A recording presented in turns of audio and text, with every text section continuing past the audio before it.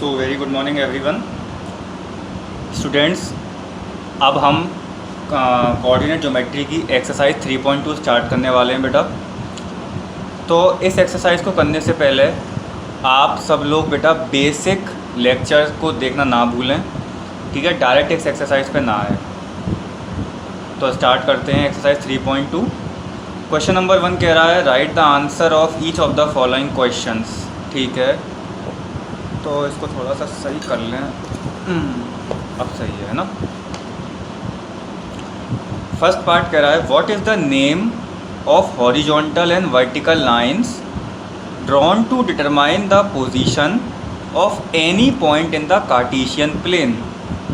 मतलब कहने का मतलब है बेटा कि ये जो हमने प्लेन बनाया हुआ है, ये कौन सा प्लेन है? ये कार्टेशियन सिस्टम है पूरा, है ना। तो इस हॉरिजॉन्टल लाइन को और इस वर्टिकल लाइन को हम क्या बोलते हैं? तो आंसर है, हमने बेसिक वीडियो में सीखा है सर कि हॉरिजॉन्टल लाइन को हम बोलते हैं X axis and vertical line को हम बोलते हैं वाई एक्सिस। बात समझ में आई? फिर से, हॉरिजॉन्टल लाइन को हम बोलते हैं एक्स एक्सिस और वर्टिकल लाइन को हम बोलते हैं वाई एक्सिस। यहाँ तक बात सबको क्लियर है? और हाँ, जहाँ ये दोनों मीट करती हैं, जहाँ ये लाइन दोनों मीट करती हैं, उस पॉइंट को हम बोलते हैं क्या? ओरिजिन। आई होप कि ये वाला क्वेश्चन भी इसमें हो, ठीक है। यहाँ तक बात क्लियर है सबको? और इसके बाद बेटा जब ये दोनों लाइन इंटरसेक्ट करती हैं इस पॉइंट पर, ओरिजिन पर, तो यहाँ पे 4 क्वाड्रेंट्स का फॉर्मेशन होता है बेटा, है ना। 4 पार्ट्स का फॉर्मेशन होता है। उस पार्ट को हम क्या बोलते हैं इसमें? क्वाड्रेंट, ठीक है। First quadrant, second quadrant, third quadrant और फोर्थ क्वाड्रेंट, ठीक है बेटा। यहाँ तक बात सबको क्लियर हो गई? अब हम क्वेश्चन पर ध्यान देते हैं। तो the name of horizontal and vertical line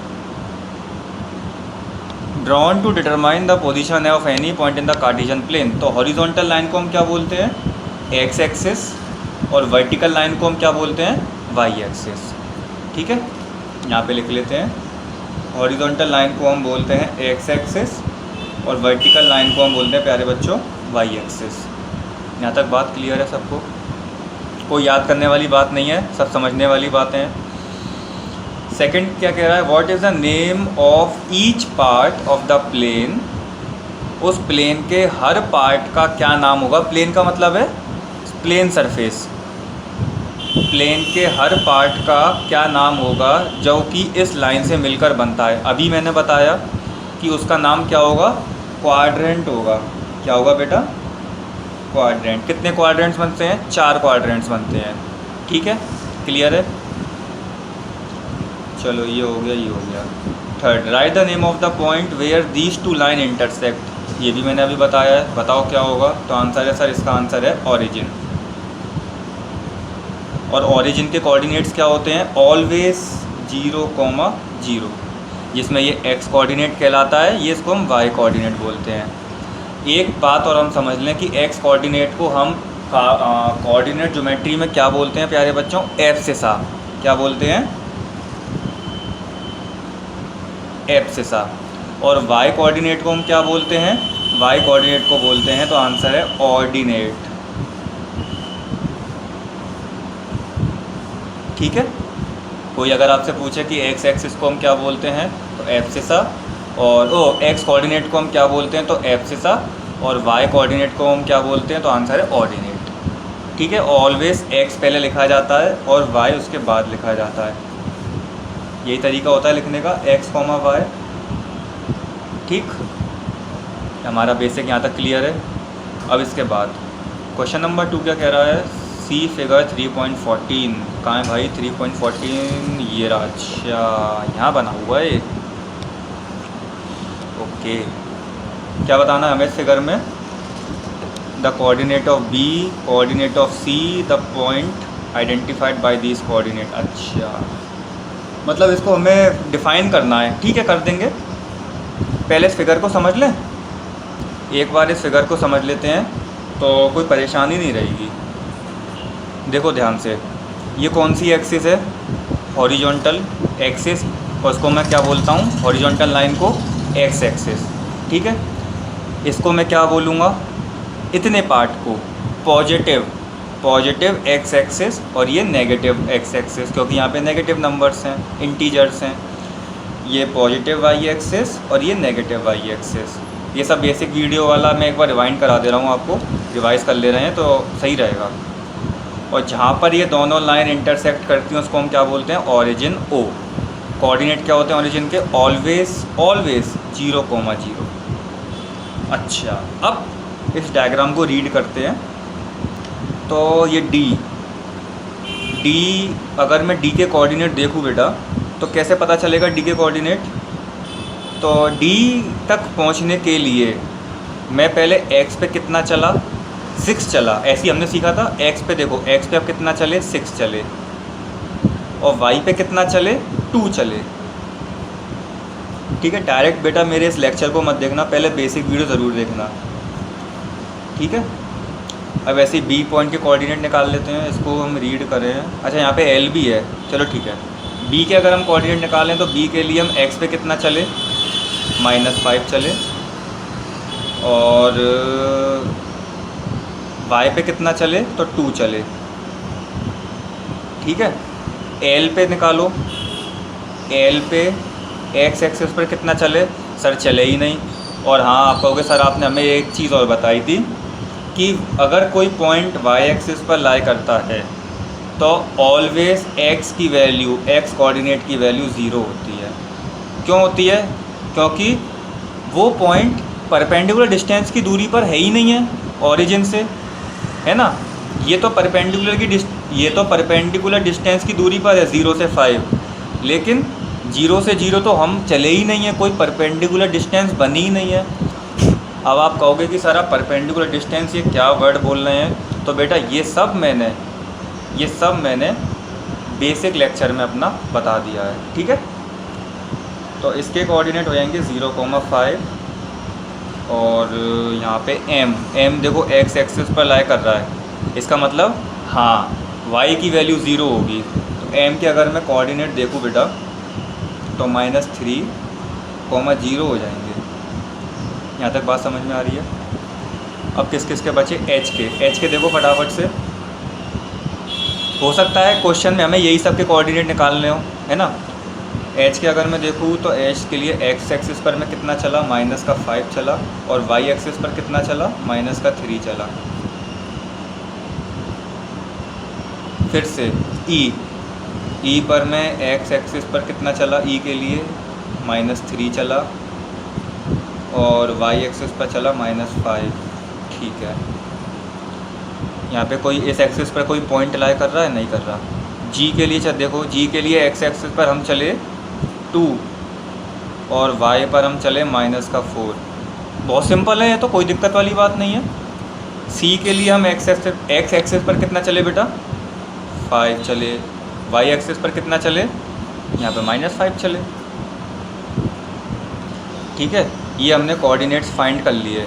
अच्छा, अब मुझे एक बात बताओ सब मिलके, कि अगर मैं आपसे पूछता हूँ, कैजुअली पूछता हूँ कि ज़रा डी पॉइंट के कोऑर्डिनेट बताना, तो आंसर है 6,2 सर हमने निकाल लिया।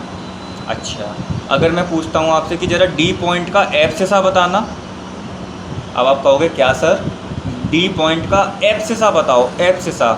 तो आप कहोगे सर आप अगर एब्सिसा की बात कर रहे हैं तो आप एक्स कोऑर्डिनेट की बात कर रहे हैं, तो एक्स कोऑर्डिनेट तो हमारा 6 है, तो यही हमारा एब्सिसा हो जाएगा।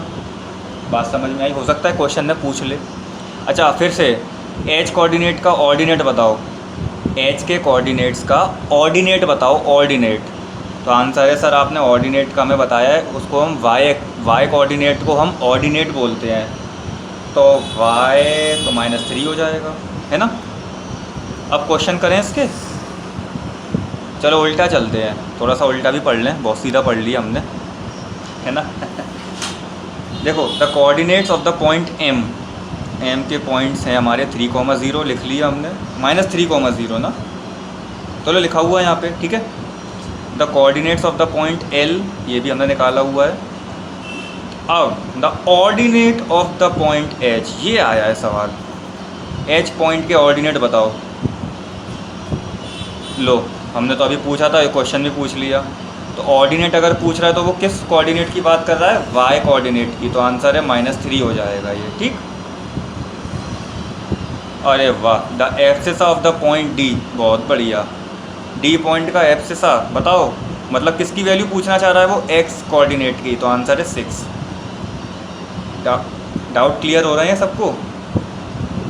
The point identified by the coordinates. अच्छा, हमें उस पॉइंट का नाम बताना है जो 2, -4 को बता रहा है। ज़रा यहाँ पे बताना एक्स कोऑर्डिनेट की वैल्यू क्या है? यस 2, और वाई कोऑर्डिनेट की वैल्यू है -4, ठीक है।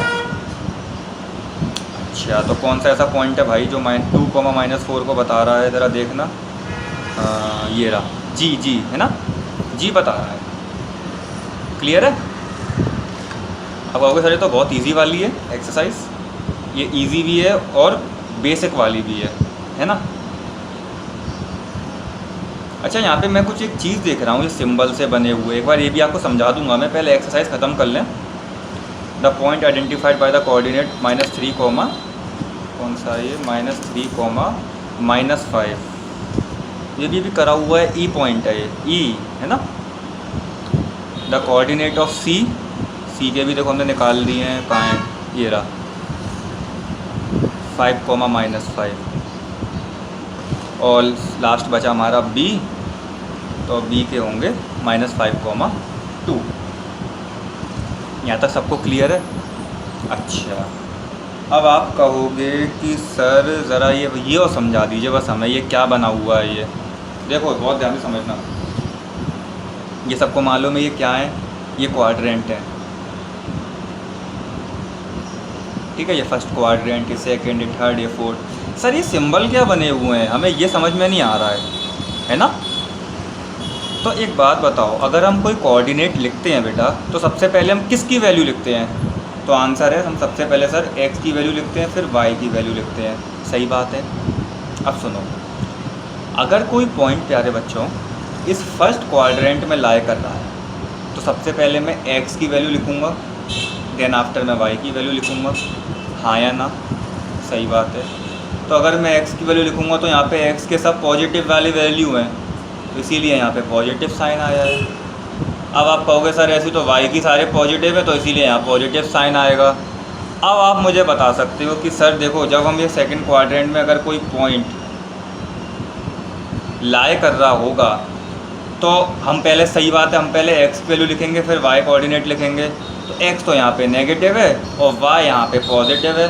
अच्छा सर, अब समझ में आया, ये माइनस प्लस प्लस और ये माइनस माइनस का क्या मतलब है।